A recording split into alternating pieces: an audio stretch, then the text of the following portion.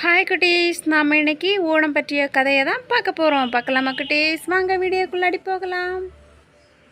பழங்காலத்தில் மூவுலகையும் ஆண்ட மிக தாராள குணமுடைய மன்னன் மகாபலி தன் மக்களின் நலனை எப்போதும் நினைத்து அவர்களுக்கு நன்மை செய்யும் எண்ணம் கொண்டிருந்தான்.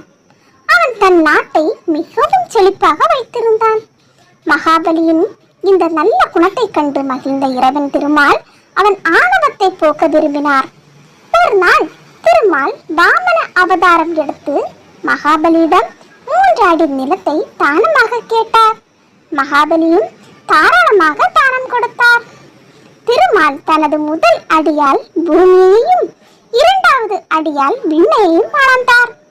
3வது அடியை வைக்க இடம் இல்லாததால் மகாபலியின் தலையை அழுத்தினார். இதன் மூலம் மகாபலியை பாதாள லோகத்திற்கு அனுப்பி வைத்தார்.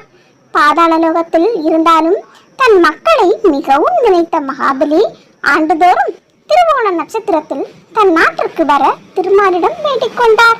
திருமாலும் அவன் வேண்டுகோளை ஏற்று ஒவ்வொரு ஆண்டும் திருவோண நட்சத்திரத்தில் மகாபலி தன் நாட்டிற்கு வருவான் என்றும் அப்போது மக்கள் மகிழ்ச்சியுடன் கொண்டாடுவார்கள் என்றும் வரம் அளித்தார். ஓணக் கொண்டாட்டம் இந்த கதையை ஒவ்வொரு நினைவு கூறும் வகையில் கேரள மக்கள் ஆண்டுதோறும் திருவோண நட்சத்திரத்தில் ஓண பண்டிகை கொண்டாடுகின்றனர். அட்டப்பூ கோலம் போடுவது, ஓண சாப்பாடு, படகு போட்டிகள், கயிறு இழுத்தல் போன்ற விளையாட்டுகள் என பலவிதமாக ஓணம் கொண்டாடப்படுகிறது. ஓணம் நமக்கு கற்றுத்தரும் பாடம் என்னவென்று தெரியுமா குட்டீஸ்?